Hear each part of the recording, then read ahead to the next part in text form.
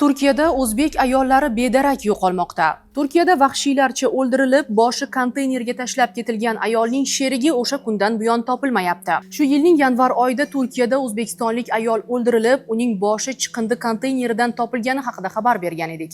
Qotillik 24-yanvar kuni Turkiyaning Istanbul shahrida yuz bergan.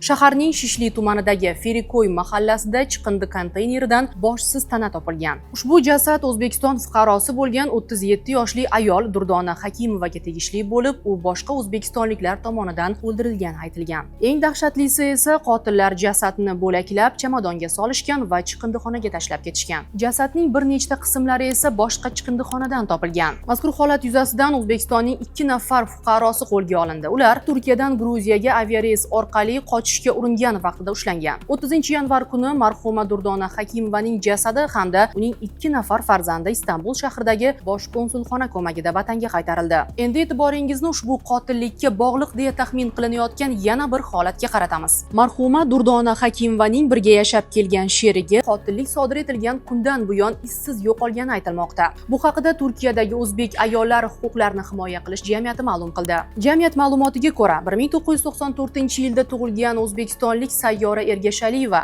2025-yilning dekabr oylarida Turkiyaga ishlash maqsadida borgan. Qizi bilan bog'lana olmay qolgan Ergashaliyevaning ota-onasi Turkiyaga yetib borgan. Bedarak yo'qolgan 32 yoshli Sayyoraning onasi u bilan qotillik sodir etilgan kundan bir kun oldin, ya'ni 23-yanvar sanasida gaplashganini bildirgan. Qizimiz 28-dekabr kuni Turkiya davlatiga uchib kelgan ishlash maqsadida.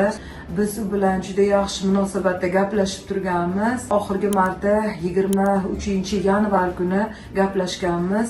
Shundan beri umuman qizimiz bilan aloqa yo'q. Turkiyadagi o'zbek ayollari huquqlarini himoya qilish jamiyatining yozishicha, hozirda advokatlarning professional va shoshilinch sa'y-harakatlari natijasida tergov ishlari jadallashtirilib, ikkinchi jinoyat ehtimoli yuzasidan DNK tahlillari, shuningdek, hodisa joyini yana batafsil ko'zdan kechirish va tergov harakatlari olib borilmoqda. Bu hali hammasi emas. Bundan tashqari, Turkiyada o'zbekistonlik yana bir ayol bedarak yo'qolgani aytilmoqda. Bu haqida Turkiyadagi o'zbeklar Telegram kanali xabar berdi. Unda qayd etilishicha, Samarqandlik 46 yoshli Dilafruz Cho'lliyeva oxirgi marta 21-yanvar kuni uydagilari bilan gaplashgan. Ma'lumotlarga ko'ra, u Turkiyaning Balıkesir viloyatining Burhaniya tumanida keksa ayolga qarab ishlab kelgan. Shuningdek, ayolning Turkiyada qonuniy yashash va ishlash uchun ruxsatnomasi bo'lgan. 21-yanvar kuni dam olish kuni bo'lgan, ammo 22-yanvar kuni u ishga bormagan.